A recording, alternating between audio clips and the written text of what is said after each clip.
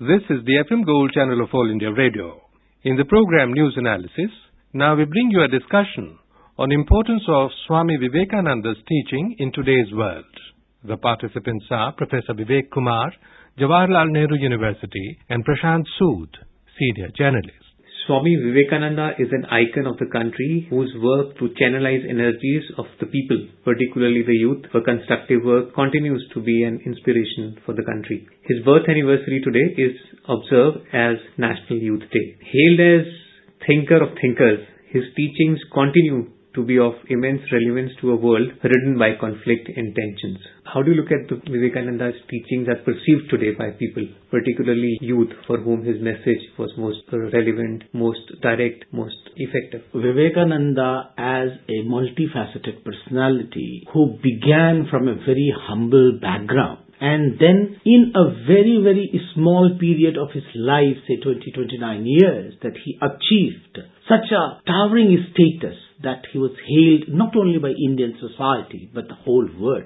So we can begin by his social work, the message which he gave that look, this life is not meant for consumption of one's own personality, but it can give to the society at large. He believed in meditation, he believed in yoga, he believed in the subjectivity of the others, and in that sense, he always held his guru in a very high esteem. So without guru, you cannot travel. That is one message which comes out of his personality. Then second, believe in your own culture. Believe in your own value system. That was his attire, that was his belief in religion, the Vedanta philosophy. All that clubbed together gives a very, very fascinating and absorbing personality, which can be an exemplary personality to be followed today by the youth. Today's youth lacks an icon. There are less personalities at the national level which can be of those qualities which Vivekananda possessed. In that sense, I think he becomes so relevant today when there is bigotry, when there is so much of fanaticism, when there is no respect for religion, when the value system is deteriorating. He becomes a role model to be followed by youth, because India is turning younger and younger, and 65% of the population falls in youth category, and that is basically going by the age. He spoke about these in his address at the Parliament of Religions in Chicago in 1893. And he specifically spoke of bigotry and its horrible descendant, which he called fanaticism. And he said that these have long possessed this beautiful earth. They have filled the earth with violence, drenched it often and often with human blood, destroyed civilization, and sent whole nations to despair. And he said that had it not been for these horrible demons, human society would be far more advanced than it is now. So, these things that continue to affect us today, he raised that time. And in his work that followed, all these years that he did, he tried to, in his own way, get rid of these tendencies among people, both in India and outside. You see that in the scenario when he was speaking, that scenario world over was really infested by religious fanaticism, because people, after French Revolution or say after Scientific Revolution, the world was heading towards a very different way. The Industrial Revolution had taken its own toll. And because of that, people thought that Scientific Revolution, Industrial Revolution will bring happiness. But there was more exploitation of the people. The religion where actually solace were supposed to be held, it was Protestant ethics was giving rise of capitalism. So that way, exploitation on the basis of religion had increased world over, and India was not an exception. There was also exploitation within Indian society, and that's why he was talking about that you have to think of the secular aspect of the religion. All the religions of the world teach brotherhood. They will have good virtues about the humanity. But what is happening here is that in the name of religion, there are certain groups who are subjugating the others. And in the name of religion, people want to suppress other minority groups. And in that sense, we see so much example of European society, American society, in the name of religion, how people were exploited. One king, one general changed the religion, the whole subject changed. At that level, I think he was very, very far-sighted, where he was looking the germs of exploitation, subjugation and suppression in religion. And therefore, he wanted to exorcise those elements which were subjugating. And therefore, I think he stands so extraordinary outside the crowd of leaders which were there at that time. He was born in 1863. The Great Uprising was still being discussed among. He felt that, patriotism has to be combined with social service. His work was at that time, when India was under the British rule and there were several kinds of social problems. And also at that time, a few years after he was born, the Indian National Congress was formed in 1885. And he could have joined it, but he had his own mind. So he thought that without necessary preparation, what is the use of just shouting in a party? So he wanted to be a self-evolved man, and that was his journey of self-evolution that continued. And that is how he tried, whatever task you do in your life, it has to be combined with social service for fellow human beings. That is very important point you are raising, because politics was trying to consume so many other leaders. Here is a person who stood by social movement, because along with that Theosophical Society was also there, and then Ramakrishna Mission had to be taken forward. He was envisaging that it is through only making an organization that you can take the social work ahead. So in that context, I feel that he was an institution builder as well. Without institutions of that kind, people may not sustain the social work which was required in those periods. And a very important message which he gives to masses, that believe in your own self. And that's what he actually asked you to play football and defeat British in their own game. So this was, I think, something very, very extraordinary, which people did not see that, look, you cannot actually imitate the Englishmen. But he said that, no, you can also go that way, but you have to defeat them in their own game. Don't leave your Indianity. So there was good mix and confluence of modernity and tradition, I would say. He wanted India to imbibe the best qualities that the West had, without, leaving its own roots. And he believed that strength of India is its spirituality. And a lot of things will happen, if India rediscovers its spirituality. Every person rediscovers it. The things that he wanted the Indians to learn from West was that absence of jealousy. That was one thing that he kind of suggested. Other was perseverance that the people in the West had about their goals. And also more confidence. So those are the things that he wanted Indians to imbibe. But at the same time, he wanted India to be India. Somewhere down the line, I think, was having a historicity in his mind because of so much of onslaught from outside, because of, Europeans, Shak, Hun, Kushan, Scythian, Parthian, Dutch, Danes, Mughal, Pathan, all coming. And I think that shattered Indian confidence.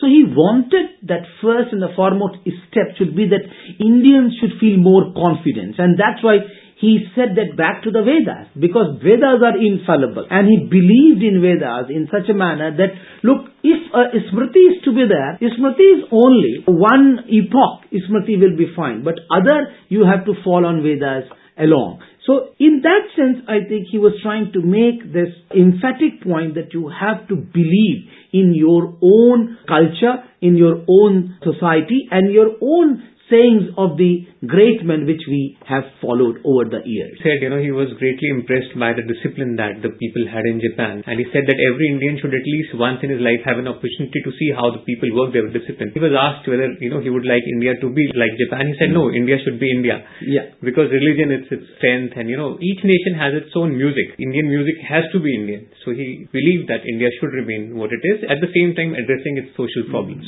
One thing I would like to add, the diversity of youths which we have today in contemporary society, because Indian society itself has become so diverse. There are 4 types of youths which we can envisage. There is a rural youth which doesn't have still the information, which doesn't have the basic qualifications. But there is an urban youth which is first generation learners, and they have little bit of information. There's a third type of youth which is growing with all sorts of information revolution, computers. Fourth type of youth is just born and they are looking towards West. every time and they are waiting for a flight to go to the West. So for them, I think it is more important that when you go abroad, you have to come back also to serve your country. So this is great message of his personality that look, there is science, there is knowledge in the West, but the spirituality is in India. And if these two can meet together, no personality can beat that type of personality. So you have to go abroad, you have to go to the West to bring knowledge, but you have to come to India to serve. And he also laid a lot of emphasis on secular education, which was lacking in people at that time. And he also said that, the youth should be willing to do some self-sacrifice. And the ability of country to rise above its ills would be depending on the kind of self-sacrifice that youth are willing to make. In his time, he said, if there are enough youth, the task can be accomplished tomorrow. It may take years, depending on the kind of energy that youth put in social service. So that was another message he gave. Definitely, that was, I think, very, very different from the political and extremist movement which was there during his period. And he did not join, as you yourself said, in any of the group, but kept on taking the social work and social service mission ahead. And in that way, I think his personality stands out very, very different from other stalwarts, those who were there. But he stands head and shoulder above than those personalities. And his words were also very inspiring. This quotation that he had, rise awake and stop not till your goal is reached, is, kind of inspiration that he'll continue to inspire generations and generations. And very important that he put his lot of emphasis on uplifting the lowest strata of the society. That was also that he wanted to dismantle the caste system. He wanted that everybody should have that kind of education that he or she raises. He had pinned his hope that India can rise if the lowest strata are given more education. If upper strata needs one teacher, the lowest strata needs hundreds. And so in that sense, I think education was his main forte, that by education you can definitely uplift the lowest strata. And therefore he quotes that when was education given to Indian women? So he was also for the rights of education to women as well.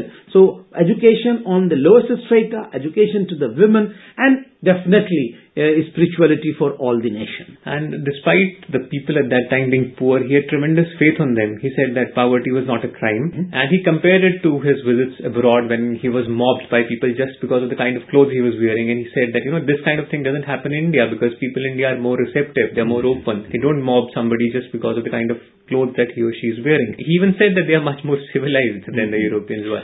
So that way, he had tremendous faith in their ability, just that what it required was kind of good nurturing. He said that India has to teach a lot to the West because civilization in India is much, much older. It has much to offer to the West. A peaceful life, our agriculture, our village, they are still much more civilized. He founded Ramakrishna Mission. People there were undertaking practical Vedanta and social service, and activities included running hospitals, schools, colleges, hostels, and also conducting relief and rehabilitation work for victims of, calamities at that time could be like earthquakes, cyclones.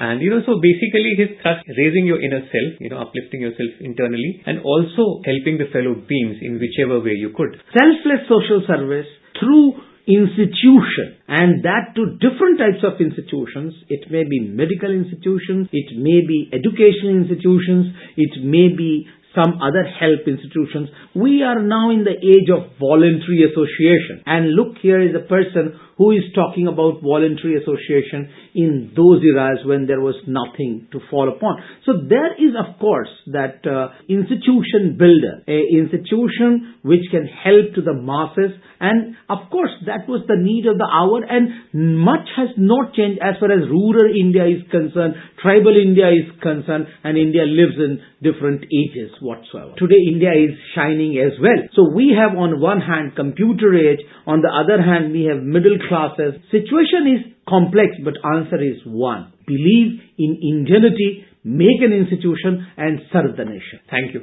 You were listening to a discussion on importance of Swami Vivekananda's teaching in today's world. The participants were Professor Vivek Kumar, Jawaharlal Nehru University, and Prashant Sood, Senior Journalist. It came to you in the program News Analysis, produced and presented by the News Services Division of All India Radio. This program is also available on our website newsonair.nic.in. You may email your opinion about this program at talksensd@air.org.in.